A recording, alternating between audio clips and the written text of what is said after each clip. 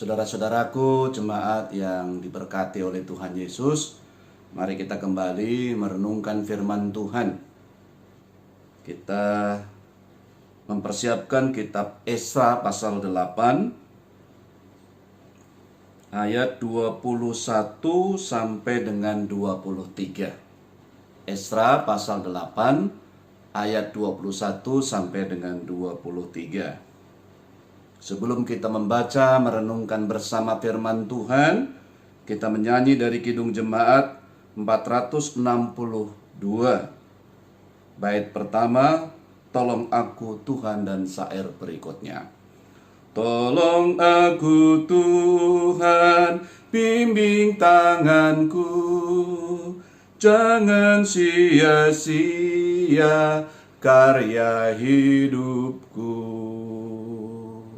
Mari saudaraku kita berdoa. Tuhan, kami kembali datang. Kami akan membaca merenungkan firman-Mu, dan kami mohon Engkau hadir memberkati kami. Berikanlah kuasa Roh Kudus-Mu bekerja atas kami dalam pembacaan dan perenungan firman, juga dalam upaya kami untuk melaksanakan firman-Mu. Berfirmanlah kepada kami Tuhan, kami anak-anak-Mu sedia mendengarnya. Amin. Esra pasal 8 ayat 21 sampai dengan 23 saya membacakan bagi kita. Kemudian di sana di tepi sungai Ahawa itu, aku memaklumkan puasa supaya kami merendahkan diri di hadapan Allah kami dan memohon kepadanya jalan yang aman bagi kami, bagi anak-anak kami, dan segala harta benda kami. Karena aku malu meminta tentara dan orang-orang berkuda kepada raja untuk mengawal kami terhadap musuh di jalan. Sebab kami telah berkata kepada raja demikian, tangan Allah kami melindungi semua orang yang mencari Dia demi keselamatan mereka. Tetapi kuasa murkanya menimpa semua orang yang meninggalkan Dia. Jadi berpuasalah kami dan memohonkan hal itu kepada Allah, dan Allah mengabulkan permohonan kami. Saudara-saudaraku yang saya kasihi, setiap langkah yang kita tempuh adalah bijaksana. Ya, bijaksana jika kita lakukan secara bertanggung jawab. Kita mengupayakannya menjadi lebih baik, ya, dari kondisi sebelumnya.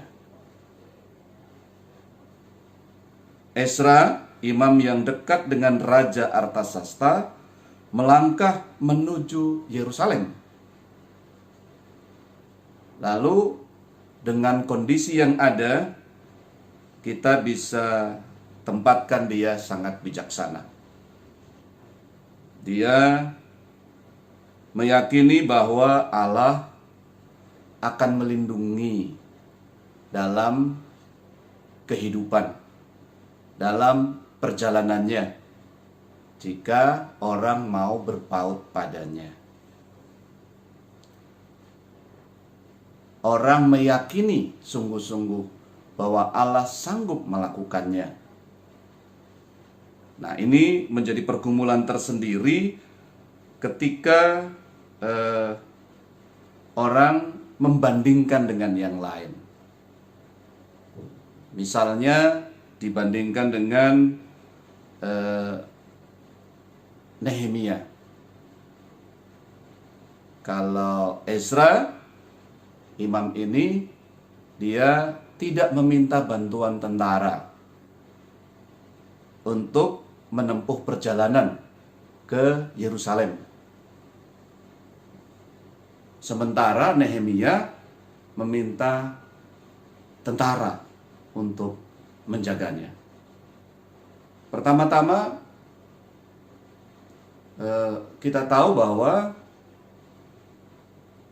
kekuasaan raja-raja Persia ini dia lebih pluralis, terbuka, dan ada dukungan untuk bangsa-bangsa di bawah kekuasaannya. Jadi bukan hanya Yehuda, tetapi juga bangsa lain, mereka didukung untuk kembali ke daerahnya, membangun negerinya. Lalu juga ada topangan dari bangsa-bangsa yang lain. Itu kita sudah renungkan pada pasal pertama ya, kitab Ezra 2 minggu yang lalu. Itu kondisinya.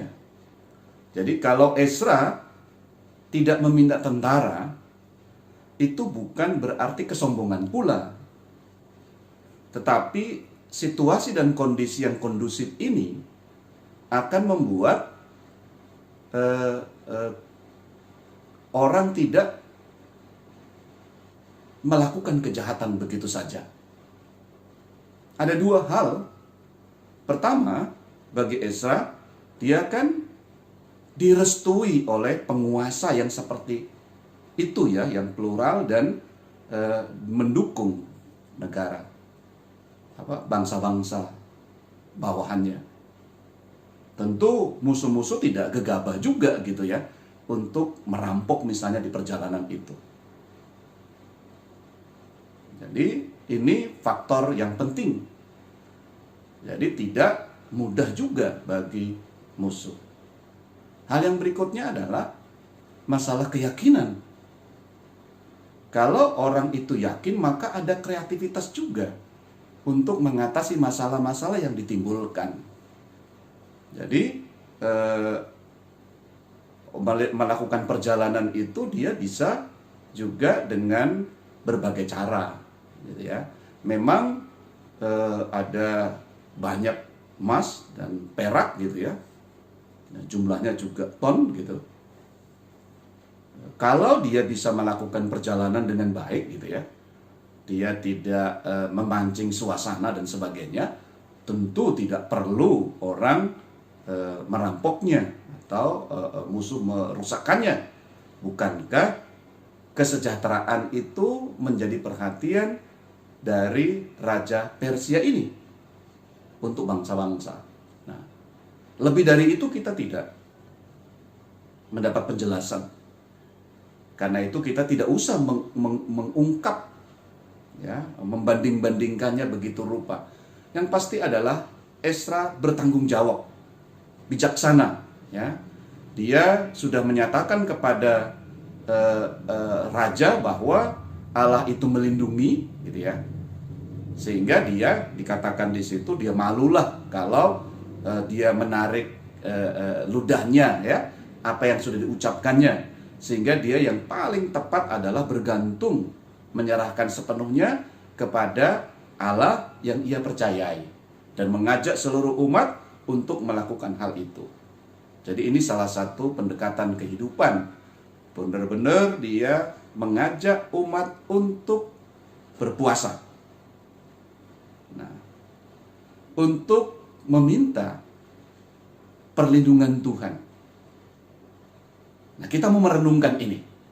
Kita mau merenungkan ini bahwa dengan berpuasa gitu ya, itu ada upaya atau kesungguhan untuk meminta pada satu sisi, tetapi sisi lain adalah adanya kerendahan hati bahwa Allah akan memberikan jawab sesuai dengan hikmat Allah. Inilah menjadi dasar orang melakukan perjalanan kehidupannya. Jadi ada upaya yang bertanggung jawab, ada kerendahan hati bahwa Allah akan membimbingnya. Lalu dia semakin dewasa dalam membangun kehidupannya. Karena itu saya memberikan judul renungan ini, puasa, upaya untuk rendah hati memohon perlindungan Allah. Saudara-saudaraku, di gereja Protestan, puasa itu nampaknya agak ditinggalkan. Ini terkait dengan sejarah gereja. Pada abad pertengahan, gereja itu terjebak dengan tradisi, sehingga mereka terpengaruh begitu rupa. Lalu kaum reformator ya, reformis ini, dia nggak mau, dia maunya adalah tetap kembali kepada kitab suci dengan menekankan hidup hanya karena anugerah. Apakah dengan cara ini tradisi diabaikan begitu saja? Tidak, ya. Tetapi ini mengajak agar kekristenan bergerak begitu rupa dengan meyakini anugerah. Jangan dia upaya manusia gitu ya, tetapi anugerah dari Allah. Nah, pada waktu itu, khususnya abad pertengahan, orang menjadi moralis, lalu merasa diri lebih, dan dengan begitu dia menuntut Allah mengupahi. Nah, karena itu dengan gerakan pembaharuan gereja yang menekankan anugerah, maka orang terhindar dari, atau orang dibantu untuk keluar dari kecenderungannya untuk membela diri, mengatakan diri lebih atau mampu dan sebagainya. Nah, kalau kita tidak hati-hati, puasa memang bisa juga mengarah ke situ. Orang menjadi sombong gitu ya, karena kan puasa upaya manusia. Orang menjadi merasa mampu ketika mengatasi masalah setelah puasa terjadi. Dia bisa mengatasi, dia akan cenderung untuk atau tergoda untuk sombong.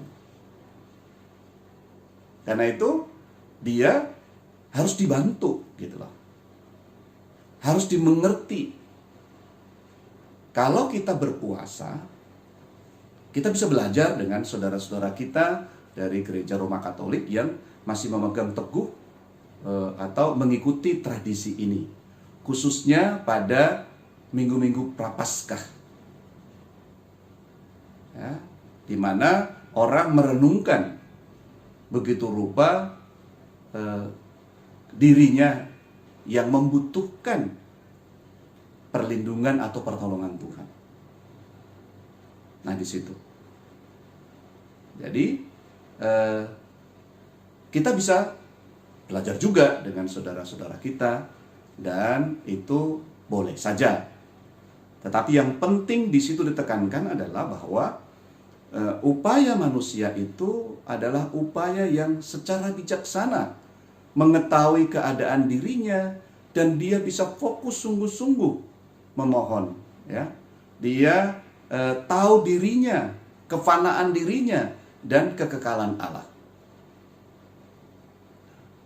Kalau ada hal tertentu, misalnya seperti Daud ya, ketika dia melakukan kesalahan dengan Batseba, anaknya sakit. Lalu dia berpuasa dengan sungguh-sungguh. Dia juga menyesali semua yang dia lakukan. Lalu dia menaruh abu di kepalanya begitu ya. Dan dia akhirnya harus menerima bahwa Allah mengambil anak itu. Setelah itu Daud sadar bahwa dia harus kembali bekerja dengan baik. Dia lalu mengakhiri puasanya dan menyadari sepenuhnya, menerima keputusan Allah. Dia rendah hati, dan itulah cara Allah untuk mendidik dia. Seperti itu berpuasa. Jadi kita benar-benar fokus gitu ya atas hal tertentu, misalnya kesalahan seperti Daud gitu ya. Atau memohon sesuatu untuk pembangunan, ya, atau seperti Ezra ini memohon pertolongan atau campur tangan Allah dalam perjalanannya untuk membangun Yerusalem. Nah, umat diajak fokus ke situ, sehingga benar-benar mereka berupaya sebagai manusia, fokus untuk tahu bahwa Allah akan melindungi, akan mendewasakannya. Nah, itu kondisinya. Lalu mereka diajak untuk bersungguh-sungguh dan tentu saja merendahkan hati. Karena pihak Allah itu yang akan mendewasakan, menuntun langkah mereka. Jadi puasa itu juga adalah permohonan yang sungguh-sungguh dan keterbukaan yang sungguh-sungguh di hadapan Tuhan.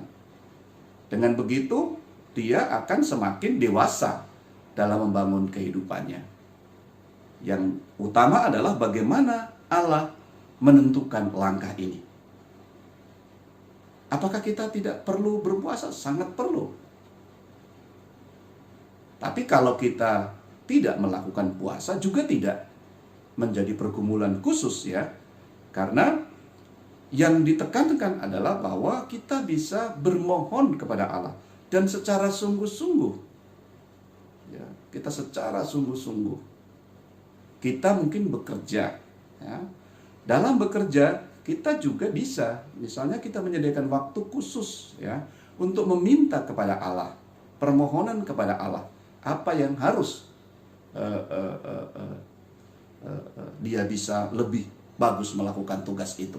Dan dengan cara seperti itu, dia juga belajar apa yang akan terjadi, ya, dengan kesungguhan dia dalam melakukan tugas itu. Dia bisa begitu rupa, ya. Lalu dia belajar dalam perjalanan dan Allah bekerja. Allah memberikan jawab.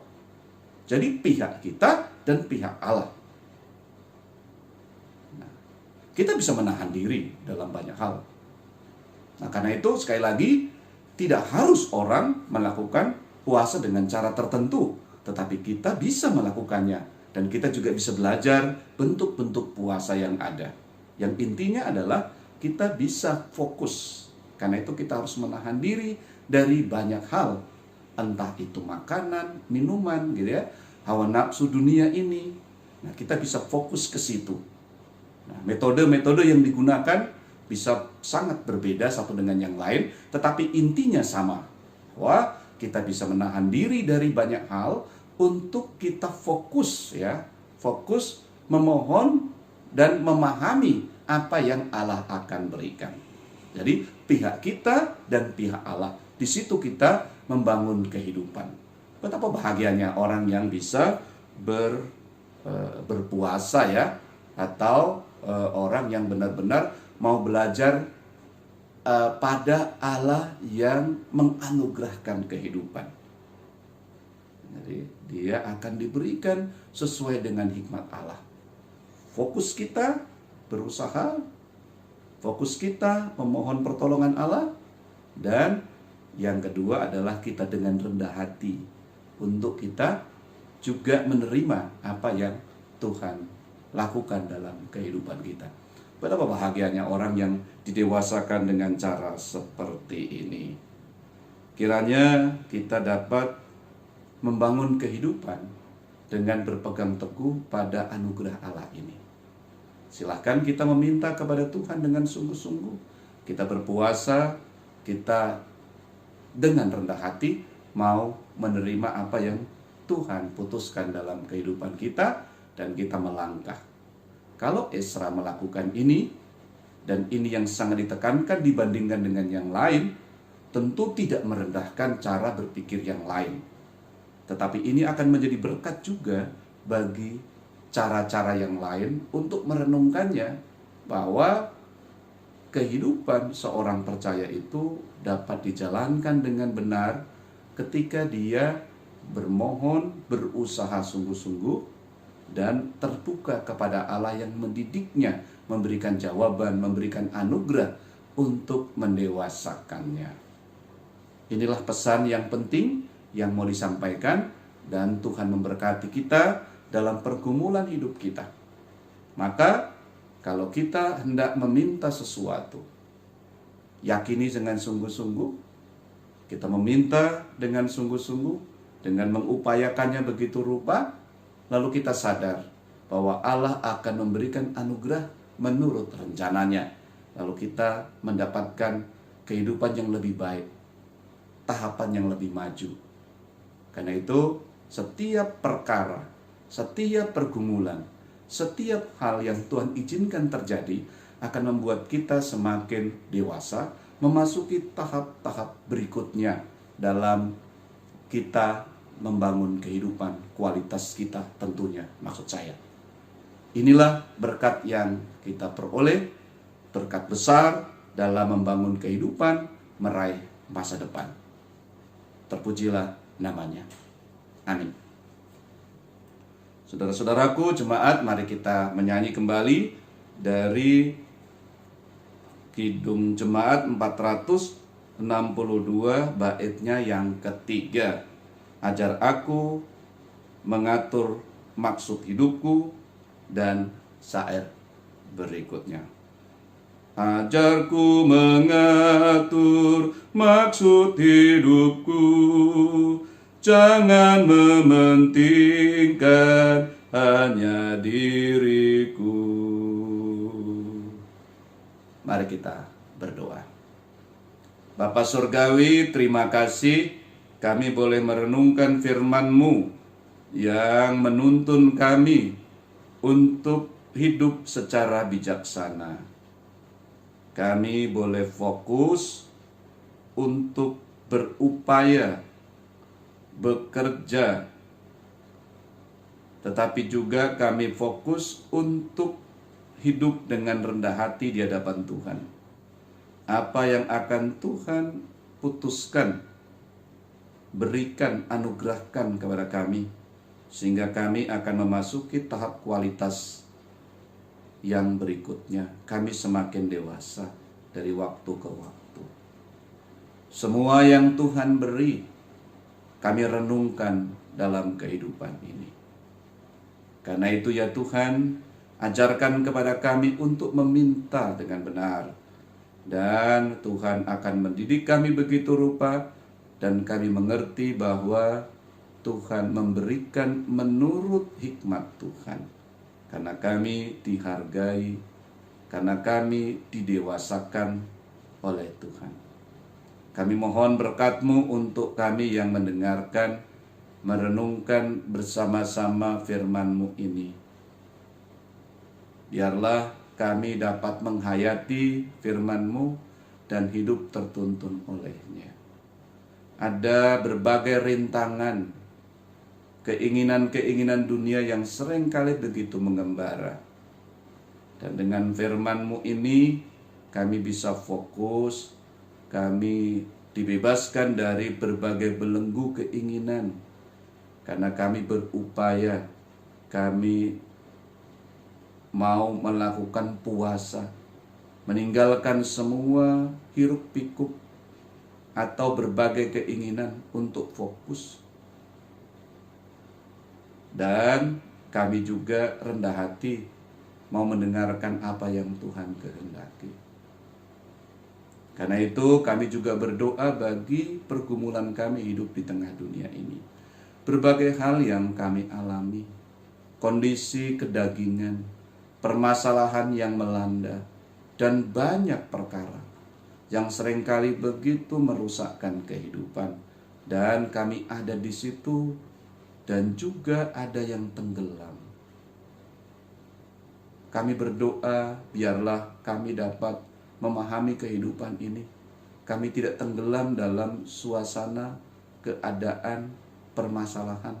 Tetapi kami ada di tengah dunia ini untuk menjadi terang-Mu, untuk menjadi berkat bagi semua orang, bagi alam ciptaan-Mu. Karena itu kami doakan seluruh jemaat kami, saudara-saudara kami yang mendengarkan dan mengikuti perenungan ini, agar semakin bijaksana, mau berpuasa, mau fokus atas hal-hal yang Tuhan izinkan terjadi. Kami semakin memahami dan semakin dewasa. Tuhan juga mampukan kami untuk menyaring, untuk mengelola kehidupan ini bersama dengan yang lain di tengah dunia yang fana ini.